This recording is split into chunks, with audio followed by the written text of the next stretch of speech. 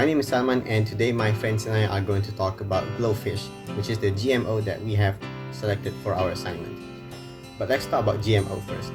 GMOs are organisms that have their genes artificially altered in laboratories to produce desirable traits. So these organisms, like plants, animals, and even bacteria, are not naturally occurring, even through traditional crossbreeding methods. So they are all artificial. So the reasons that we develop GMOs is to have more higher yields so that they can survive harsher conditions, to just be more pretty, like the GloFish we're going to talk today. So the GloFish is actually developed by Yorktown Technologies originally to detect pollution levels. So how they do this is that they will have the fish to become more selectively fluorescent in more polluted waters. But to get there, they need fish that is constantly fluorescent first, and so they developed one. In 2003, they decided to market that fish to the public as pets, as ornament fish, and so GloFish was born. GloFish became one of the first genetically modified animal made available to the public.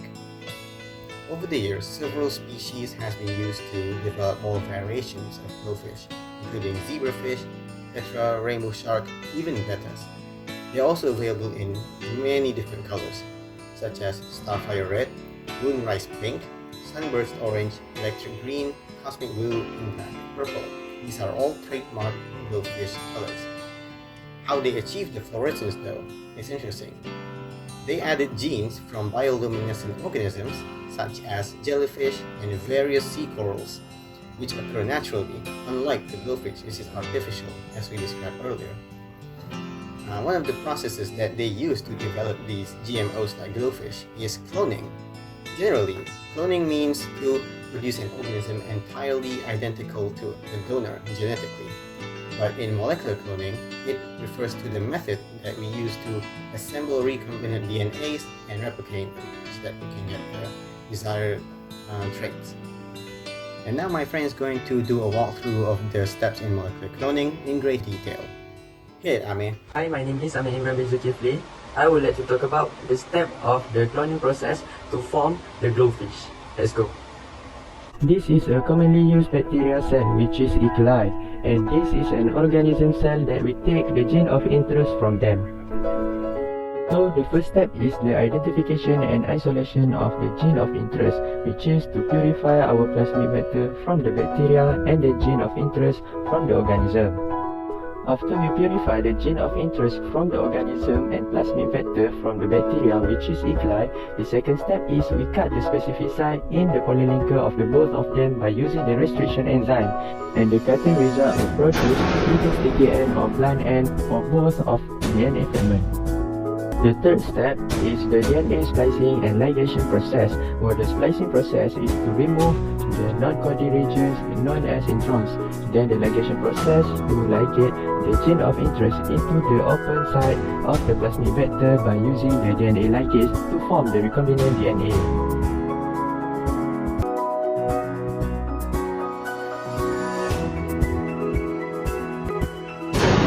The fourth step is transforming the recombination DNA into the host. For example, the commonly used is E. coli bacteria, and growing it into the culture to allow that bacteria to replicate and make copies of that recombinant DNA in that culture. The final step is screening and selecting the culture to have a successful recombinant DNA. After that, the recombinant DNA will be inserted into the targeted fish gene. My name is Muhammad Iqmal bin Shahrul Nizam. So, Salman and Ame is already give their point. So, let's go move to my point. The benefits of GloFish cloning. GloFish are hardy, lively, and very colorful. It is suitable to decorate our aquarium. The next point is GloFish are easy to breed.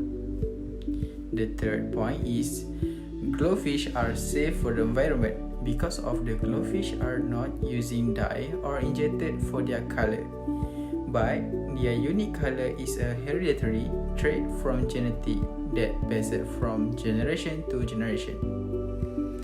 The last point is GloFish can tell when water is polluted. Their color light up because of they have a switch that will always cause them to turn fluorescent when the water is polluted. When water is well treated, GloFish turn to act like their normal fish.